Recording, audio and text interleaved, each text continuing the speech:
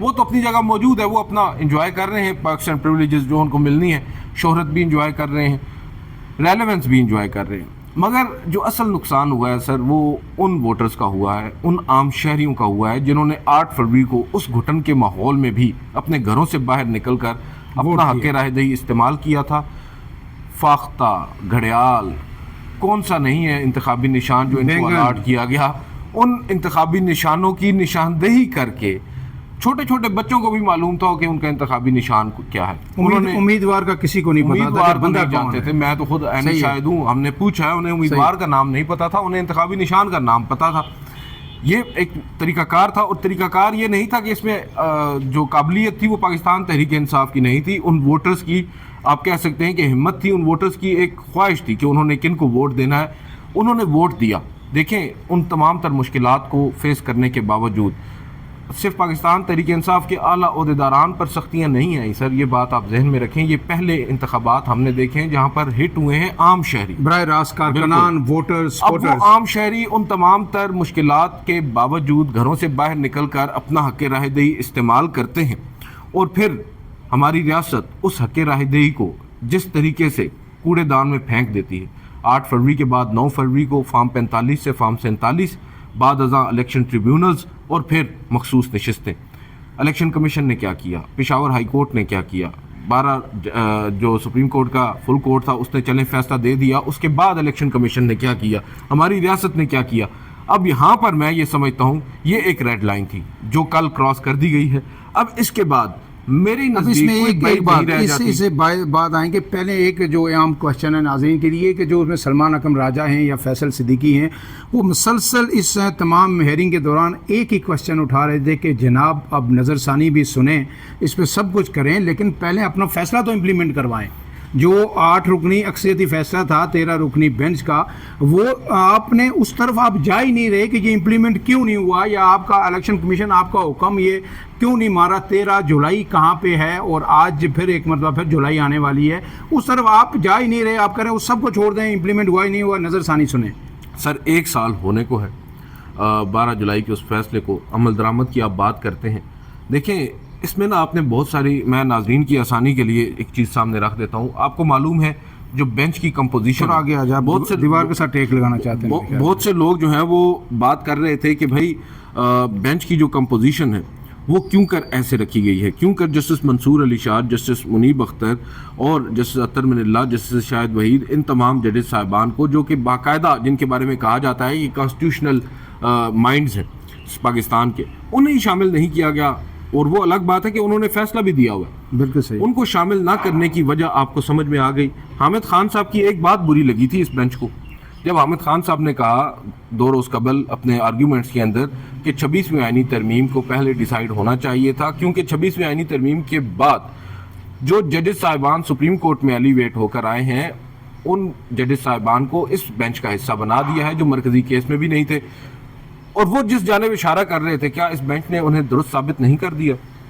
میں آپ کے سامنے نام لے لیتا ہوں نا, جسٹس امین الدین خان اور جسٹس نعیم اختر خان تو پہلے ہی وہ فیصلہ دے چکے تھے جو 12 جولائی کو دیا تھا. بالکل صحیح ہے. اس کے بعد کون ہے, جسٹس عامر فاروق ہیں, جسٹس علی باقر نجفی ہیں, جسٹس ہاشم کاکڑ ہیں, جسٹس صلاح الدین پنور چلیں وہ ریکیوز کر گئے. یہ وہ ججز صاحبان ہیں, جسٹس شاہد بلال حسن ہیں جو جسٹس شاہد بلال حسن خیر پہلے آئے, لیکن یہ وہ 3-4 ججز صاحبان ایسے ہیں جو اس بینچ میں شامل کیے گئے, اور 26ویں آئینی ترمیم کے بعد جو ججز آئے ان کو ہی پرٹیکولرلی شامل کیا گیا.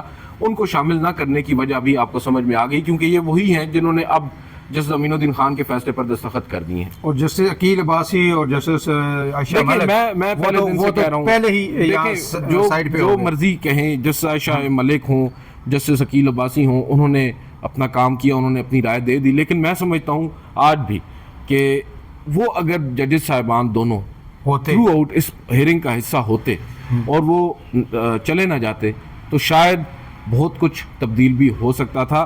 آپ کو معلوم ہے جب مخصوص نشستوں کا case in the first place supreme court میں آیا تھا آئینی فل کورٹ کے سامنے جسٹس قاضی فائز عیسیٰ صاحب کی سربراہی میں, تو تاثر یہ بن رہا تھا شروع کی کچھ سماعتوں میں کہ بھائی یہ مخصوص نشستیں پاکستان تحریک انصاف کو یا سنی اتحاد کونسل کو نہیں ملیں گی.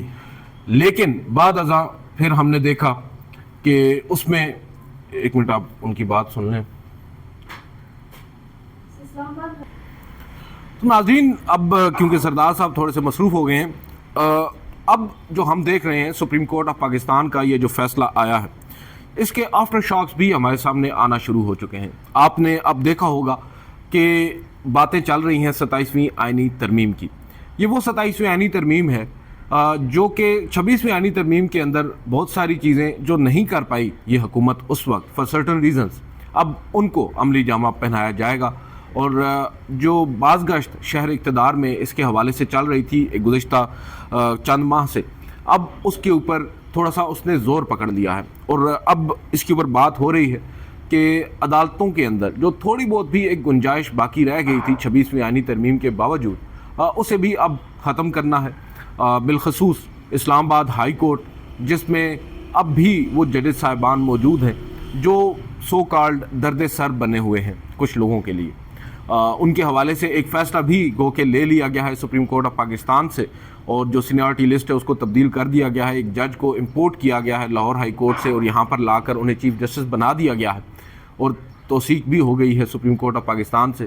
آج کی ڈیولپمنٹ یہ ہے کہ اس فیصلے کے خلاف ایک اپیل بھی انٹرا کورٹ فائل کی ہے آج اسلام آباد ہائی کورٹ کے ان 5 ججز صاحبان نے، جسٹس محسن اختر کیانی، جسٹس بابر ستار، جسٹس طارق جہانگیری، جسٹس اعجاز اسحاق، جسٹس سمن رفت امتیاز۔ اس اپیل میں کیا ہوگا آپ کو معلوم ہے، مجھے معلوم ہے، مجھے ڈیٹیلز میں جانے کی ضرورت نہیں ہے، وہی ہوگا جو کل ہوا ہے، کیونکہ پھر آئینی بینچ ہے اور پھر اب تو ججز بھی آ چکے ہیں، گو کہ اپیل میں بینچ تبدیل ہوتا ہے تو تبدیل ہونے کے لیے بھی بینچ میں بہت سے ججز آ سکتے ہیں۔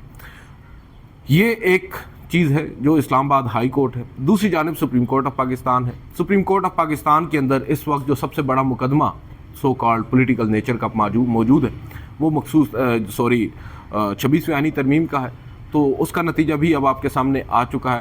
26ویں آئینی ترمیم میں 27ویں آئینی ترمیم کی راہ ہموار کی جائے گی۔ اب یہ جو 26ویں آئینی مخصوص نشستوں کا فیصلہ ہے، اس کے بعد ہم دیکھ رہے ہیں کہ جو پاکستان تحریک انصاف ہے اس کے اوپر تو بالکل ہی کاٹا آپ کہہ سکتے ہیں، کراس لگا دیا گیا ہے۔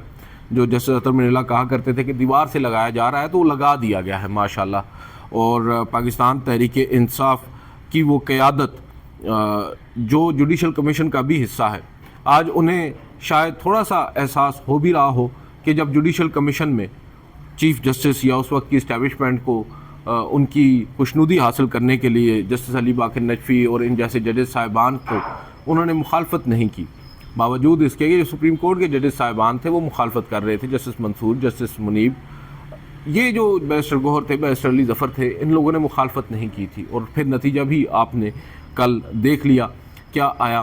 1 یا 2 ووٹ ہی ناظرین میٹر کرتے ہیں، تو وہ ان فیصلوں کے کرنے سے پہلے جو سیاسی جماعتیں انہیں سوچنا چاہیے کہ وہ کیا فیصلے کر رہی ہیں، اور ان حالات میں بہرحال یہ ہو گیا۔ اور اب ہم دیکھ رہے ہیں کہ جو سپریم کورٹ آف پاکستان ہے اس کے اوپر تو جب ہم بات کر رہے ہیں تو لوگوں کا جو انٹرسٹ ہے وہ بھی ختم ہو چکا ہے۔ پہلے انٹرسٹ ختم ہوا تھا کچھ عرصہ پہلے جب 26ویں آئینی ترمیم لائی گئی تھی، اس کے بعد پھر فوجی عدالتوں کا فیصلہ ہمارے سامنے۔ اب آپ دیکھیں 26ویں آئینی ترمیم کے شاخسانے ہیں کہ 26ویں آئینی ترمیم ہوتی ہے، آئینی بینچز تشکیل پاتے ہیں، آئینی بینچز کے سامنے مختلف نوعیت کے مقدمات مقرر ہوتے ہیں۔ فوجی عدالتوں کا کیس آتا ہے، فوجی عدالتوں کا کیس فیصلہ آتا ہے، وہ فیصلہ ریورس کر دیتا ہے یہ آئینی بینچ۔ 5 ججز درخواست گزار بن کر آتے ہیں، سٹنگ ججز، ان کی درخواست کو خارج کر دیا جاتا ہے۔ مخصوص نشستیں پی ٹی آئی کو دی جاتی ہیں، وہ مخصوص نشستیں آئینی بینچ واپس مال غنیمت کے طور پر دیگر سیاسی جماعتوں میں بندر بانٹ اس کی کر دیتا ہے۔ تو اب آپ دیکھیں جو اگلا منظرنامہ ہے وہ کیا ہے۔ اب 26ویں آئینی ترمیم کی توثیق ہوگی، 27ویں آئینی ترمیم کی راہ ہموار ہوگی، پاکستان تحریک انصاف جو پہلے ہی دیوار سے لگا دی گئی ہے اسے ختم کر دیا جائے گا، اور پھر وہی ہوگا جو ہم چاہتے ہیں، وہی ہوگا کہ ایک اچھا سا نظام ہو جہاں پر سب ہنسی خوشی ہمارے نزدیک والے رہ سکیں، باقی جائے باہر میں۔ اس ملک میں اس وقت تو یہی ہو رہا ہے، اور پلان بھی بظاہر یہی نظر آ رہا ہے۔ عدلیہ ارریلیونٹ ہو چکی ہے۔ عدلیہ ایک ستون ہے ناظرین، ایک سادہ سی بات ہے، ہمیں سمجھنے کی ضرورت ہے۔ 3 ستون ہوتے ہیں ریاست کے، مقننہ ہوتی ہے، انتظامیہ ہوتی ہے، عدلیہ ہوتی ہے، تینوں انڈیپینڈنٹ ہوتے ہیں۔ اب عدلیہ کی انڈیپینڈنس تو ہمارے سامنے ہے، پارلیمان یہ طے کرتا ہے کہ کون سے جج ہمارے کیسز میں بیٹھیں گے، اور ظاہری بات ہے جب ہم جیسے ایک آپ کہہ سکتے ہیں کم علم لوگ جو ہیں وہ یہ اندازہ لگا لیتے ہیں کہ فلاں جج فلاں فیصلہ دے گا، تو حکومت میں بیٹھے لوگ ان کو تو بہت اچھے سے معلوم ہوتا ہے، ان کی تو انڈرسٹینڈنگ بھی بڑی ہوتی ہے، اور انہیں لگانے والے بھی وہ خود ہوتے ہیں. لہٰذا فیصلے کیا آئیں گے, کس نوعیت کے آئیں گے اور جس طرح کے وہ چاہیں گے حکومت لے گی ان آئینی بینچز سے. تو پھر اب یہاں پر عام شہری کیا کرے؟ عام شہری جو گھروں سے نکل کر مشکل، اور مجھے یاد ہے 8 فروری کی صبح جب ہم لوگوں سے بات کرنا چاہ رہے تھے تو لوگوں نے کہا کہ ہم بات نہیں کریں گے کیمرہ پر، ہم شام کو آپ کو اپنا میسیج دے دیں گے ووٹ دینے کے بعد جب رزلٹ آئے گا. اتنے لوگ اس وقت خوف زدہ تھے کہ کہیں ہم نے کوئی بات کی تو اٹھا نہ لیے جائیں. یہ حالات تھے. لوگ چھپ چھپ کر اپنا حق رائے دہی استعمال کرنے کے لیے پولنگ سٹیشنز تک پہنچ رہے تھے، اور جب انہوں نے اپنا حق رائے دہی ان تمام تر مشکلات کے باوجود استعمال کیا، اس کا کیا نتیجہ نکلا؟ تو اب پاکستان میں جو جمہوریت کا راگ الاپنے والی سیاسی جماعتیں ہیں وہ سب اس ایک ہائیبریڈ نظام کی بینیفیشری بن چکی ہیں، اور یہ اب بظاہر ایسا لگ رہا ہے کہ آگے بھی ایسا ہی چلے گا. جہاں تک تعلق ہے ہمارے اعلیٰ عدلیہ کے ان ججز صاحبان کا، جو بات کر رہے تھے کہ بھائی ہمارے سامنے تو کوئی آیا نہیں، آپ کے سامنے سب کچھ آئے، آپ کے سامنے تمام تر حقائق موجود تھے، مگر آپ نے مائی لارڈز اپنی آنکھیں بند کر رکھی تھیں، جیسا کہ گزشتہ روز ہوا ہے. تمام تر چیزیں آپ کے سامنے تھیں. جو ظلم 13 جنوری کو ہوا، اس ظلم سے بڑا ظلم کل ہوا میری دانست میں. بہرحال ہمارے ججز یہ سمجھنے سے نابلد ہیں، وہ سمجھتے ہیں کہ انہوں نے بڑا اچھا کام کیا ہے. اگر وہ یہ سمجھتے ہیں تو پھر ہم ان کے لیے دعا گو ہی ہیں. آج کے اس ولاگ سے اتنا ہی، اجازت دیجیے. اللہ حافظ.